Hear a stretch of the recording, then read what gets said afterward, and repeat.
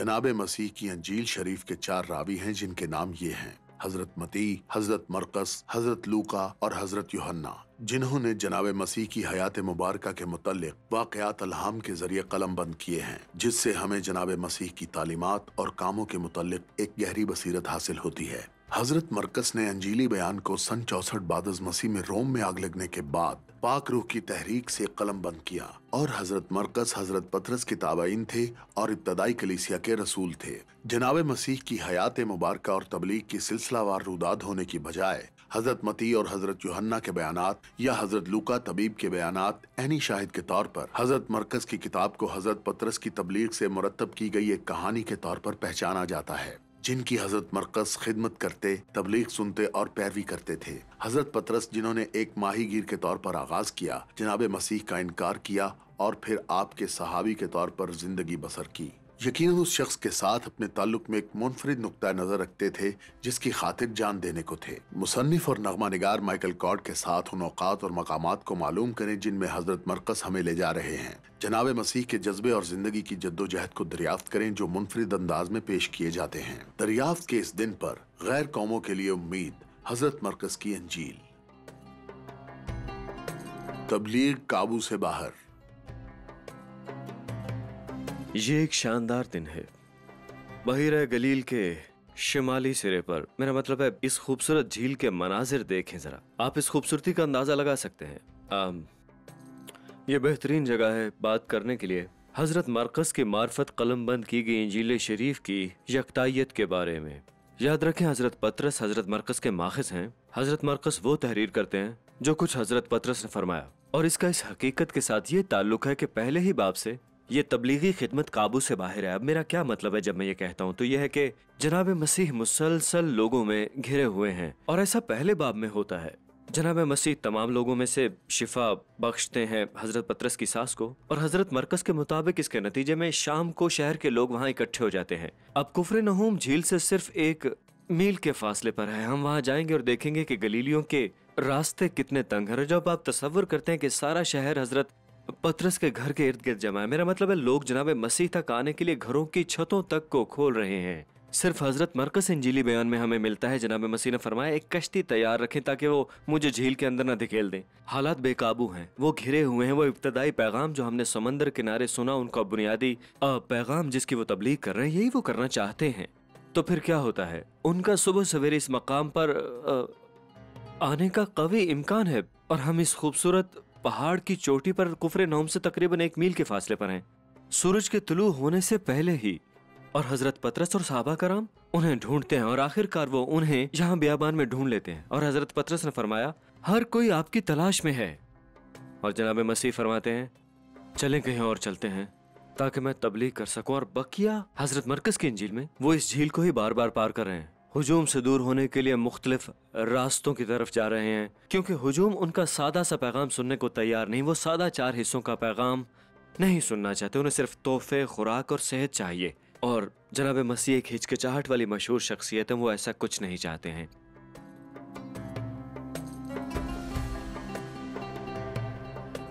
एक कोढ़ी। और एक कोढ़ी ने उसके पास आकर उसकी मिन्नत की और उसके सामने घुटने टेक कर उससे कहा, अगर तू चाहे तो मुझे पाक साफ कर सकता है। उसने उस पर तरस खाकर हाथ बढ़ाया और उसे छूकर उससे कहा, मैं चाहता हूं तू पाक साफ हो जा। हजरत मरकस की इंजील 1 बाब 40 और 41 आयात। फिर एक आदमी उनके पास आया जिसको जिल्द की शदीद बीमारी थी, और उसने घुटनों के बल उनसे इल्तिजा की, अगर आप चाहें तो आप मुझे पाक साफ कर सकते हैं, हमदर्दी के साथ। ये उनकी जज्बाती जिंदगी में हमारी पहली नजर है। उसने उस पर तरस खाकर हाथ बढ़ाया और उसे छूकर उससे कहा, मैं चाहता हूं तू पाक साफ हो जा। और यहाँ हजरत मरकस के पसंदीदा अल्फाज हैं, फौरी तौर पर बीमारी ने उसे छोड़ दिया और वो ठीक हो गया। ये अच्छी मुख्तसर कहानी है, लेकिन ये जारी है, और यही मकाम है जहाँ ये उलझन का शिकार है। दरअसल हजरत मती और हजरत लूका दोनों ने कहानी के इस हिस्से को छोड़ा है। ये जनाब मसीह हैं, उसे सख्ती से खबरदार किया और उसे भगा दिया, इसे दूर भेज दिया, लेकिन इसका तर्जमा किया जा सकता है कि उसे भगा दिया। जनाब मसीह जज्बाती तौर पर मुकम्मल बदले नजर आते हैं यहाँ।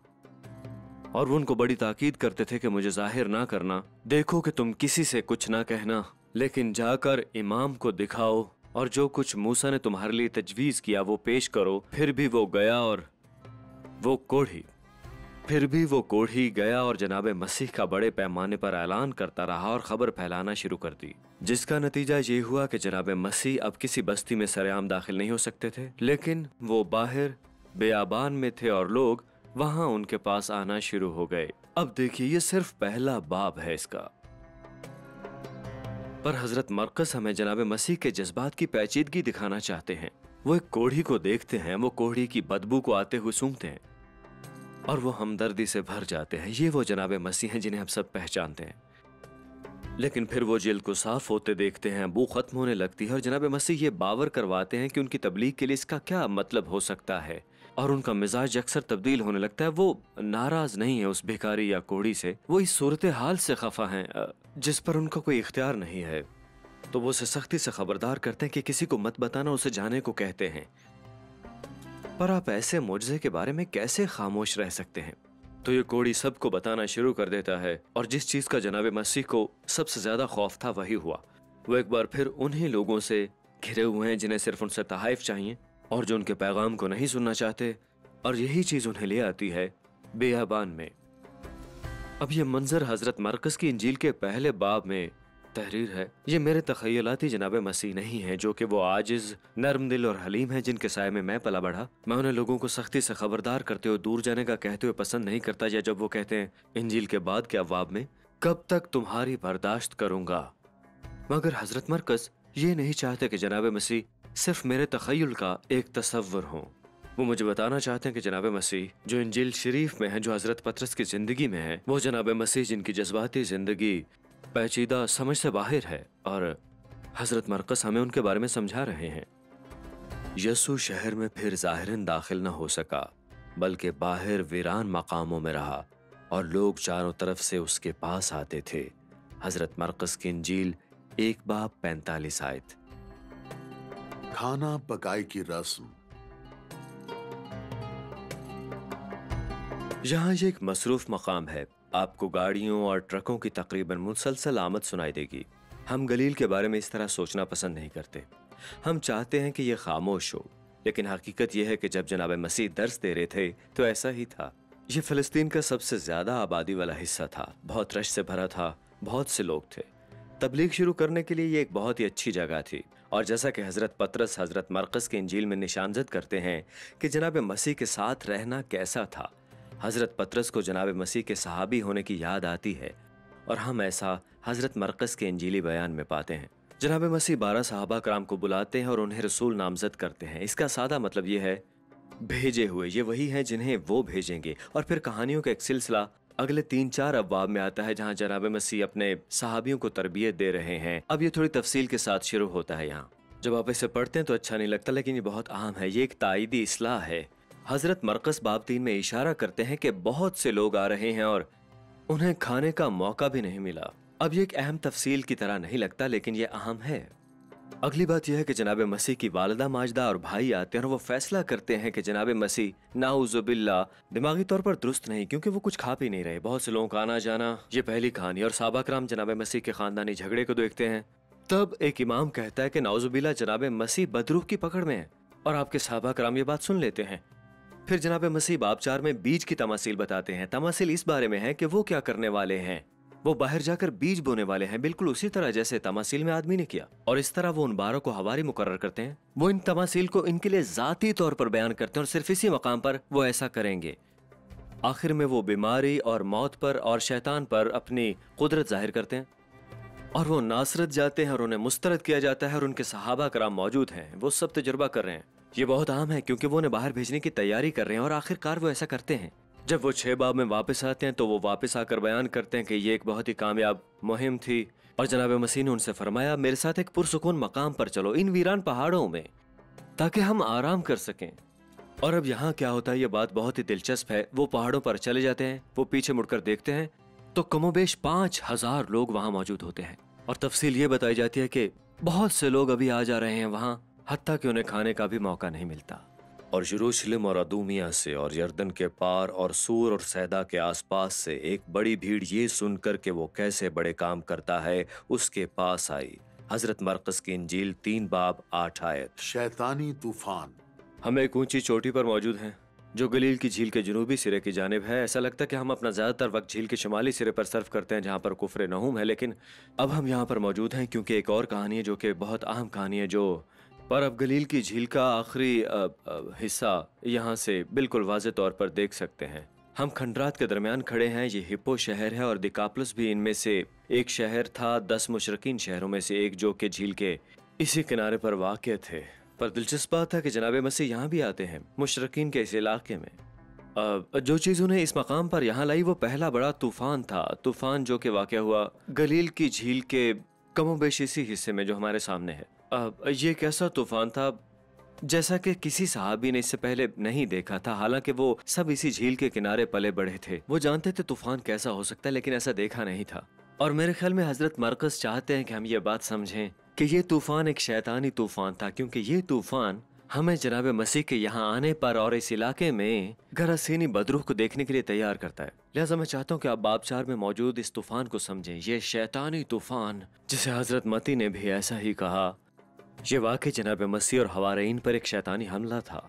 मैं इसलिए भी ये मानता हूँ कि शैतानी हमला था क्योंकि जनाब मसीह तूफान से वही कहते हैं जो कि वो अक्सर बदरूहों से फरमाया करते थे।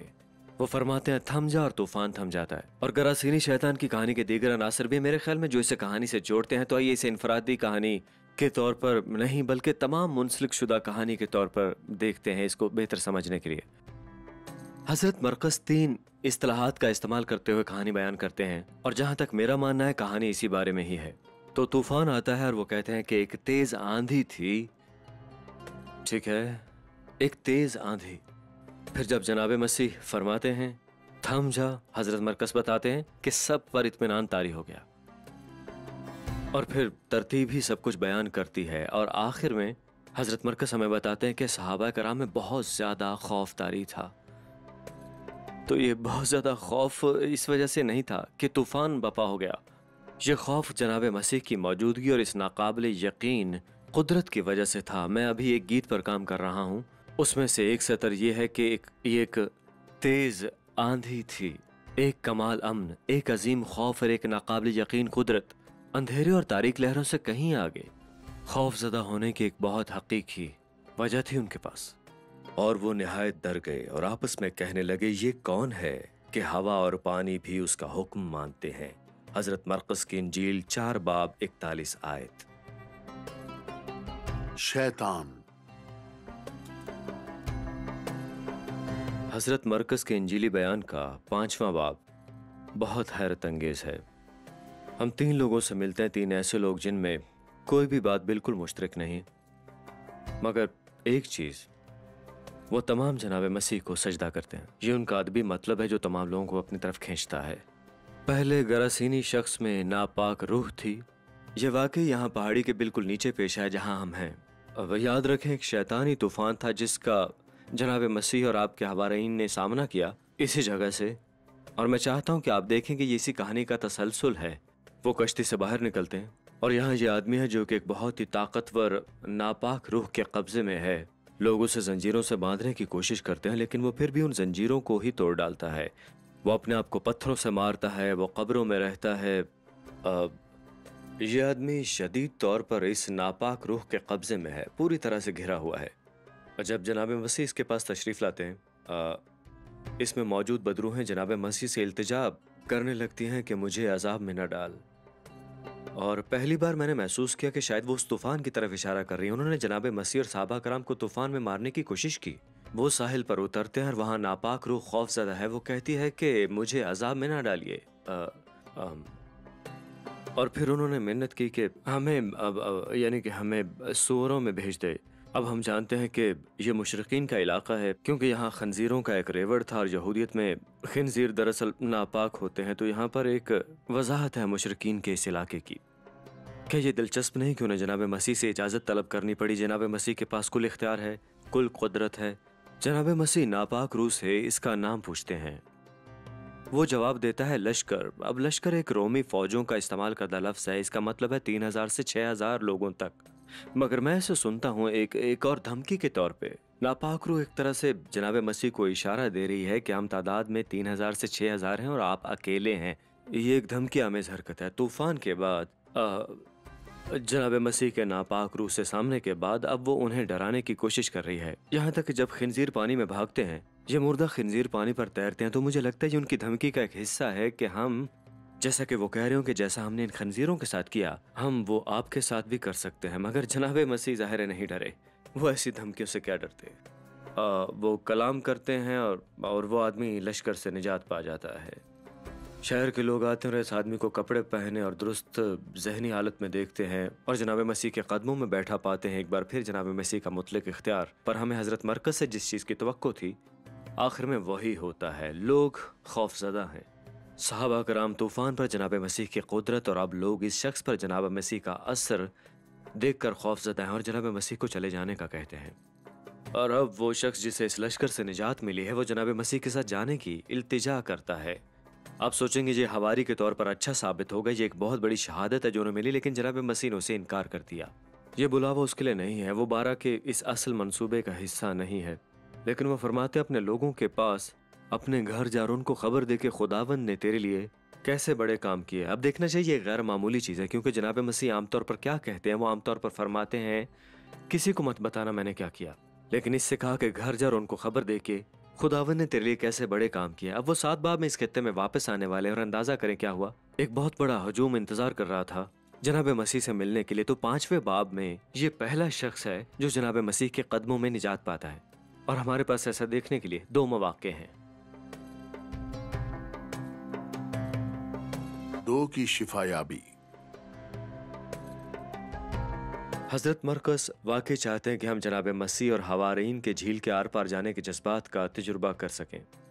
तो नापाक रूह की कहानी के बाद शहर के लोग जनाब मसीह से चले जाने को कहते हैं, और वो ऐसे ही करते हैं। मेरा मतलब वो वहाँ नहीं रहना चाहते जहाँ उन्हें पसंद ना किया जाए, तो वो वापस किसी मकाम पर चले जाते हैं। हजरत मरकस और बाकी अनाजिल नहीं बताती कहाँ। उन्हें वहाँ एक आदमी मिला जिसका नाम यायर था, इसलिए मुझे ऐसा महसूस होता है ये शायद कुफ्र नहूम हो, क्योंकि हजरत मरकस को वहाँ मौजूद इस शख्स का नाम मालूम है, लेकिन ये सिर्फ एक अंदाजा ही है। बहरहाल मैं कहूँगा वो कुफ्र नहूम जाते हैं और एक और शख्स उनके कदमों में सजदा रेज हो जाता है। ये यायर है, वो खाना खुदा में इमाम है, उनकी खाना खुदा में काफ़ी जिम्मेदारियाँ हैं और वो मायूस हैं। उनकी बेटी मर रही है और कुछ कहे बगैर जनाब मसीह उनके साथ हो लिए।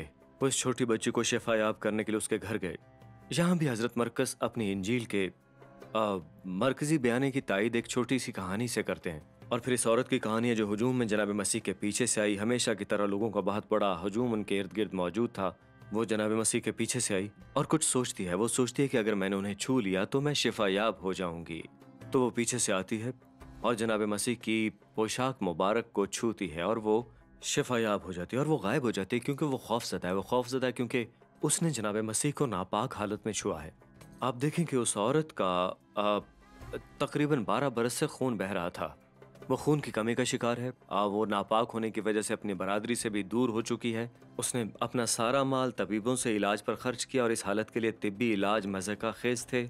इनमें से ये था कि आप मवेशियों के गोबर में से जई के दाने निकालते और लोगों को इलाज के तौर पर पिलाते। मेरा मतलब है इस तरह के हालात थे जिसका वो इतने बरसों से सामना कर रही थी। लिहाजा वो यहाँ आती है, वो जनाब मसीह को छूती है। और अब आप सोचेंगे कि ये काफ़ी है, लेकिन जनाब मसीह के लिए ऐसा नहीं है।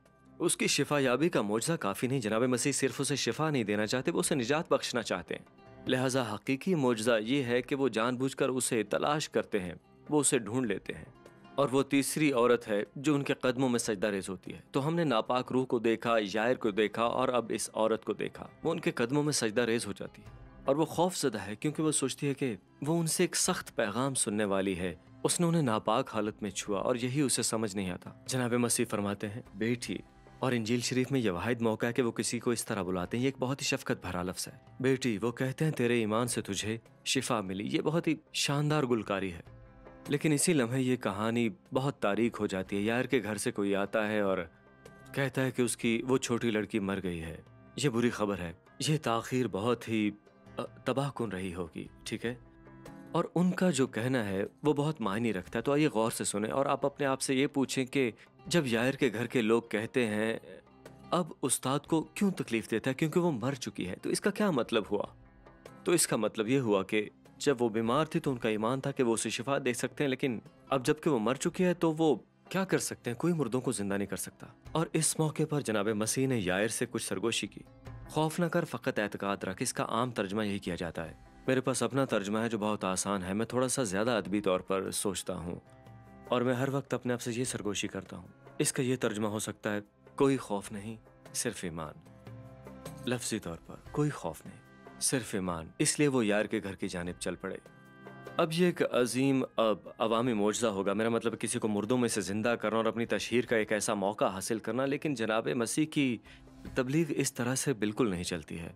हज़रत पतरस, हज़रत याकूब, हज़रत यूहन्ना और वालिदैन एक छोटे से कमरे में जमा हो गए और जनाब मसीह फरमाते हैं, ऐ लड़की मैं तुझसे कहता हूँ उठ। उन्हें जनाब मसीह की अपनी आवाज़ सुनने को मिलती है और वो उठ खड़ी होती है, क्योंकि जनाब मसीह ने मौत की नई तारीफ की है। तो ये सिर्फ नींद है, ये सिर्फ नींद है जिसमें से वो आपको बेदार कर देंगे, वो हम सबको बेदार कर देंगे एक दिन।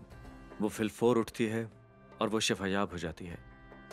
3 लोग उनके कदमों में सजदा रेज होते हैं, 3 लोग उनके पास तशरीफ लाते हैं। एक नापाक रूह जो कि बिल्कुल बेकाबू हो चुकी होती है, एक औरत जो कि खून रिसने की वजह से तकरीबन मौत के करीब है, एक मायूस बाप जिसके पास कोई उम्मीद नहीं है। और उन्हें क्या मिलता है? वो पाते हैं, वो वजाहत पाते हैं, वो उम्मीद पाते हैं, वो शिफा पाते हैं, वो जिंदगी पा जाते हैं। ये तमाम चीजें अब भी जनाब मसीह के कदमों में हमारा इंतजार कर रही हैं। उसने उससे कहा, तुम आप अलग वीरान जगह में चले आओ और जरा आराम करो, इसलिए कि बहुत लोग आते जाते थे और उनको खाना खाने की भी फुर्सत न मिलती थी। बस वो कश्ती में बैठकर अलग एक वीरान जगह में चले गए और लोगों ने उनको जाते देखा और बहुतेरों ने पहचान लिया और सब शहरों से इकट्ठे होकर पैदल उधर दौड़े और उनसे पहले जा पहुंचे। हजरत मरकस की इंजील 6 बाब 31 ता 33 आयात। 5000 को खाना खिलाना। हजरत मरकस के इंजीली बयान के बाब 6 के आखिर में 5000 लोगों को खाना खिलाना, ये वाकया यहाँ ही रूनुमा हुआ। अगर आप इन खुले मकामात को देखते हैं जो गलील की झील के ऊपर हैं, तो इसे तस्वर करना ज्यादा मुश्किल नहीं, जैसा कि हजरत मरकस बयान फरमाते हैं। ये जनाब मसीह के इन गैर मामूली मोजज़ात में से एक है। वो इसे बहुत ही गैर मामूली तरीके से सर अंजाम देते हैं। वो सिर्फ बरकत देते हैं और 5000 लोगों को खाना खिलाते हैं। इसके बाद उन्होंने टुकड़ों और मछलियों से 12 टोकरियां भरकर उठाई। ये हकीकी मोजज़ा है जिसका तजुर्बा आपके हवारीन ने बखूबी वहां पर किया। पर मैं इस बारे में बात नहीं करने वाला। मैं आपको तरगीब देना चाहता हूँ किताब मुक़द्दस के बड़े हिस्से को पढ़ने की, ना कि 1-2 आयात को, बल्कि पूरे अब्वाब को, बल्कि यूं कहें 2-3 अब्वाब एक ही वक्त में पढ़ने की। अगर आप ऐसा करते हैं तो आप इस किस्म की तफसील देख सकेंगे, क्योंकि बाब नंबर 6 को अगर आप पूरा बाब पढ़ते हैं तो आप ये देखेंगे कि बाब 6 के अंदर पूरी 2 ज़ियाफ़तें हैं। तो ये दोनों ज़ियाफ़तें बहुत ही अहम हैं। पहली ज़ियाफ़त यहाँ से मीलों दूर हेरोदीस के महल्लात में बहिरा मुर्दार पर रूनुमा हुई। ये बहुत ही शानदार थी। हम बीबी सलोमी के बारे में जानते हैं और वो ज़ियाफ़त हज़रत यूहन्ना इस्तबागी की मौत पर ख़त्म होती है। मगर ये बाब 6 का पहला हिस्सा है और बाब 6 के दूसरे हिस्से में हमें एक और ज़ियाफ़त मिलती है। यहाँ एक पहाड़ी किनारे पर सिर्फ 2 मछलियों और 5 रोटियों से। ये कोई ताकतवर बादशाह नहीं है, वो एक खादिम है जो तशरीफ लाए हैं चरवाहा बनकर अपने लोगों की देखभाल और उन्हें खुराक मुहैया करने और वो देने तशरीफ लाए जिसकी उन्हें जरूरत है। बस वो सब खाकर सैर हो गए। हजरत मरकस की इंजील 6 बाब 42 आयत। और फिलफौर उसने अपने शागिर्दों को मजबूर किया कि कश्ती पर बैठकर उससे पहले उस पार बैते सैदा को चले जाएं जब तक वो लोगों को रुखसत करे। हजरत मरकस की इंजील 6 बाब 45 आयत। 2 शिफायाबी एक कहानी सुनाती हैं। ये वो जगह है जिसे मैं हमेशा देखना चाहता था। मैं इस जगह पर आने की ख्वाहिश रखता था और इस खूबसूरत दिन पर मुझे इसे देखने का पहला मौका मिला है। तो यूं कह ले कि ये मेरे लिए एक बहुत ही बड़ा मौका है। इस जगह हजरत पतरस की पैदाइश हुई थी। हजरत अंद्रियास, हजरत यूहन्ना, हजरत याकूब, उनका आबाई शहर ये है। तो किताब मुक़द्दस के हवाले से ये काफ़ी अहम शहर है। जहां मैं खड़ा हूं वहां से मैं गलील की झील को देख सकता हूं। मैं कुफ्र नहूम का कुछ हिस्सा देख सकता हूं, किताब मुक़द्दस की तारीख का एक मुकम्मल पस मंज़र, ख़ास तौर पर इंजील शरीफ मैं यहाँ खड़े होकर देख सकता हूँ। मैं हैरत में मुब्तला हूँ और ऐसा अक्सर नहीं होता। मेरे पास कहने को अल्फाज नहीं और वाकई ऐसा अक्सर नहीं होता। जनाब मसीह को तमसीलात पसंद थी। हज़रत मती इस हद तक चले गए कि उन्होंने कभी तमासील का इस्तेमाल किए बगैर कुछ नहीं सिखाया, इसलिए तमासील जनाब मसीह के लिए बहुत अहम थी। पर मुझे तमासील पसंद नहीं,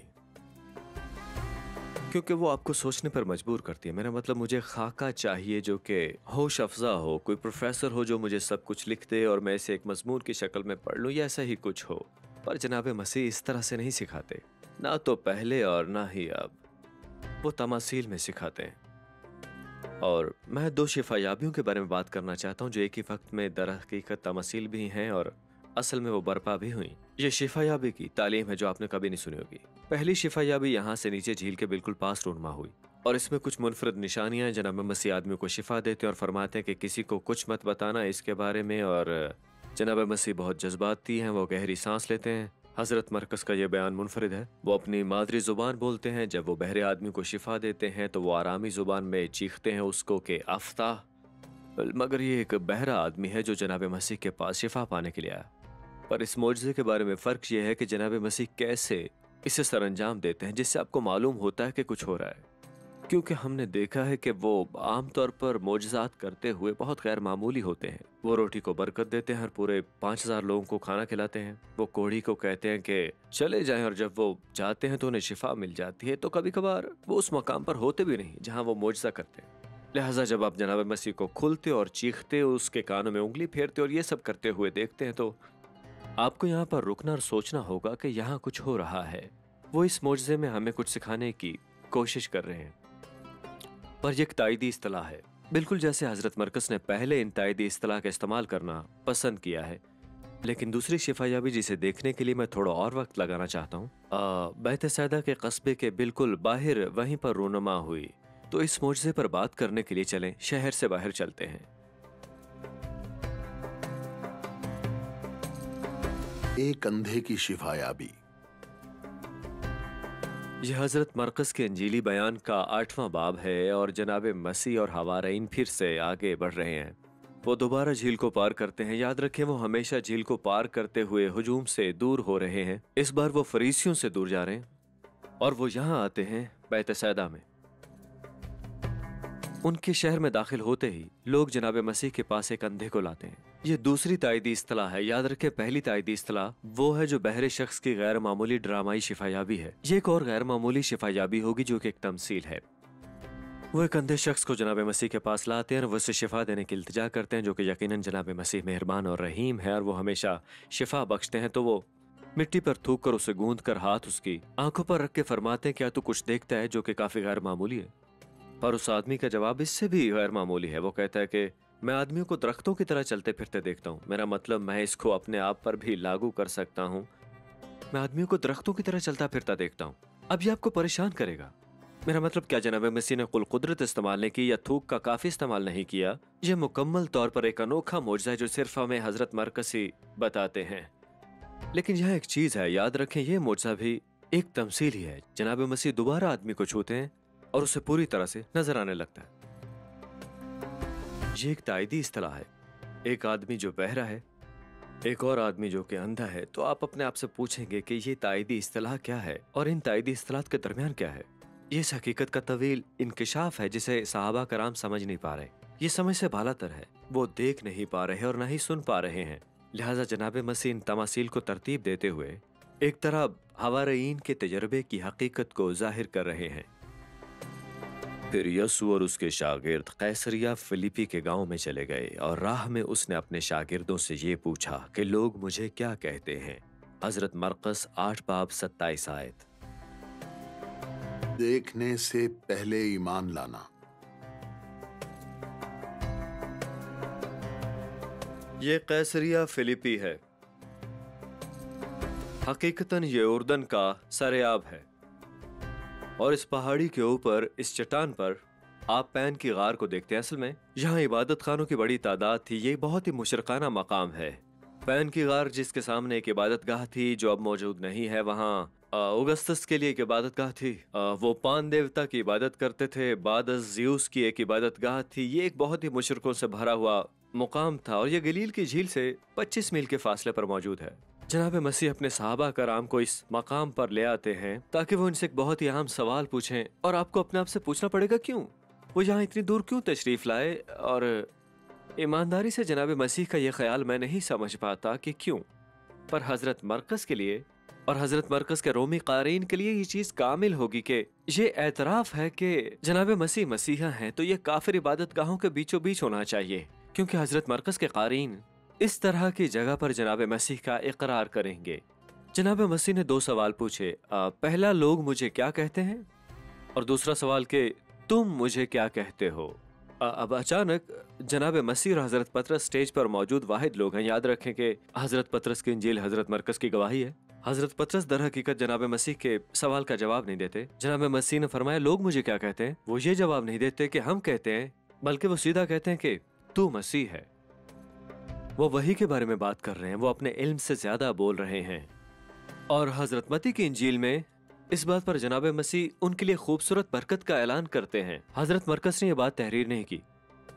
جناب مسیح انہیں تعلیم دینا شروع کرتے ہیں. میرا مطلب انہیں سمجھانا شروع کرتے ہیں کہ مسیحا کا اصل مطلب کیا ہے، کہ مسیح وہ شخص ہے جو مرنے والا ہے، جو بادشاہ کے طور پر تشریف نہیں لایا بلکہ وہ فدیہ دینے آیا ہے. حضرت پطرس انہیں ایک طرف لے جاتے اور کہتے ہیں تیرے ساتھ ایسا کبھی نہ ہوگا. اور پھر جناب مسیح حضرت پطرس کی ملامت کرتے ہیں. بنیادی طور پر وہ کہتے ہیں کہ اے شیطان، میرے سامنے سے دور ہو. تو خدا کی باتوں کا نہیں بلکہ آدمیوں کی باتوں کا خیال رکھتا ہے. انجیل حضرت مرقس میں ملامت ہے لیکن برکت نہیں، اور مجھے لگتا ہے یہ ایک اور اشارہ ہے کہ یہی حضرت پطرس کی گواہی ہے. اس لیے جناب مسیح کو انہیں سمجھانا شروع کرنا ہے کہ واقعی مسیح ہونے کا مطلب کیا ہے. اور یہ اس وقت ہوگا جب وہ یروشلم کی طرف سفر کو واپس جا رہے ہوں گے، جہاں ہم ان سے دوسرا اعتراف سنیں گے. حضرت مرقس کی انجیل 2 حصوں پر مشتمل ہے. پہلی آیت سے یسوع مسیح ابن خدا کی خوشخبری کا شروع حصہ دوئم ہے. اس لیے پہلا حصہ یہیں قیصریہ فلیپی میں ختم ہوتا ہے، جہاں حضرت پطرس یہ تلخ الفاظ بولتے ہیں. اور اس مقام سے ہم دوسرے اعتراف کی طرف بڑھیں گے جو ایک رومی سپاہی کے لبوں سے نکلے گا، جو صلیب کے سامنے یہ الفاظ بولے گا کہ بے شک یہ خدا کا بیٹا ہے. یہ بڑا اعتراف ہے. پھر وہ ان کو تعلیم دینے لگا کہ ضرور ہے کہ ابن آدم بہت دکھ اٹھائے اور بزرگ اور سردار کاہن اور فقیہ اسے رد کریں اور وہ قتل کیا جائے اور 3 دن کے بعد جی اٹھے. حضرت مرقس کی انجیل 8 باب 31 آیت. عزیز ناظرین، اس ویڈیو کو دیکھنے کے بعد اگر آپ انجیل شریف کا مفت نسخہ حاصل کرنا چاہتے ہیں تو ہمیں اپنا مکمل پتہ بما موبائل فون کے ارسال کر دیں. ہم پوری کوشش کریں گے کہ آپ تک انجیل شریف کا مفت نسخہ پہنچ جائے.